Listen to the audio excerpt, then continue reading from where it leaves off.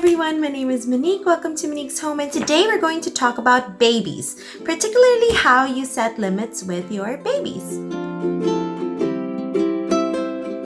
So I've talked about applying limits before in one of my videos called 5 A's of Positive Child Guidance. We talked about applying limits so that we can manage children's behavior, or that we can expect that the behavior of our children is appropriate at that particular moment. But when you think about babies, you might say, oh, I can't really apply limits on my babies because they don't really move around, or they don't even talk, or they can't really know, or they don't even really know what they're doing. But we can apply limits to babies. It's the same, I think, principles as you would with toddlers or much older children. It might just be a little bit different in approach. And what's great with starting with babies, as with starting with toddlers, starting them really young, is that they get the language for it, so that as they get older, it's easier for them to be able to listen and understand what you're expecting of them because you started really early. So let's use a particular example. Babies like to grab, they like to feel your face, they tend to grab hair, they tend to close their fists when they grasp something, and that's really part of them exploring you, getting to know you. But sometimes it might not be appropriate. Sometimes you're trying to finish something, or it hurts. For example, when they grab your hair or they scratch your face, it might hurt and you might want them to stop sometimes. So these are the things that you can do to apply limits to your baby. Number one is just apply the limit. So state the limit. Say it in a positive way, as we'd said in other videos. So for example, your baby is grabbing your hair. Instead of saying, don't grab my hair, you tell your baby, I need you to let go of my hair, please. It hurts me. And I know you might be thinking, my baby won't understand that, like he has no language.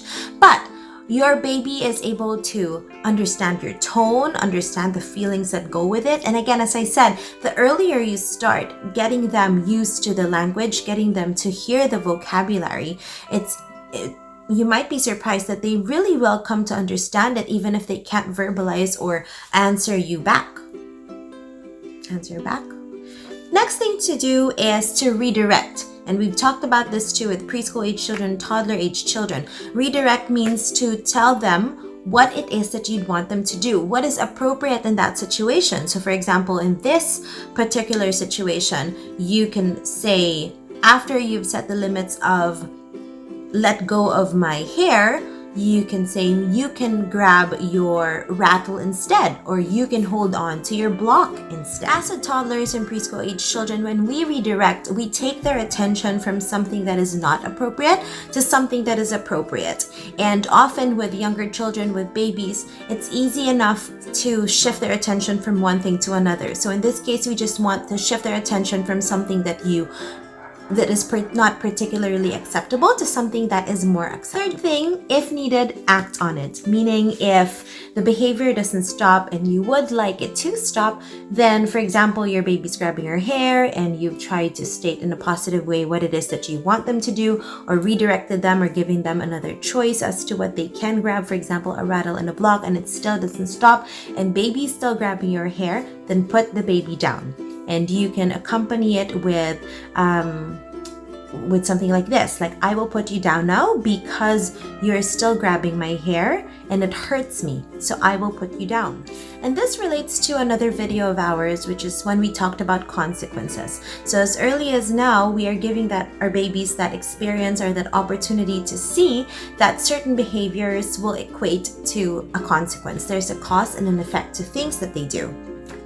And then, of course, if we act on it, of course, there's going to be a consequence. If we put the baby down, the baby will either cry or maybe not even care. But if your baby cries, if your baby becomes upset, then acknowledge those feelings. That's the fourth step. Acknowledge the feelings that your baby is experiencing. I can see that you're upset. I can see that you're crying because I put you down.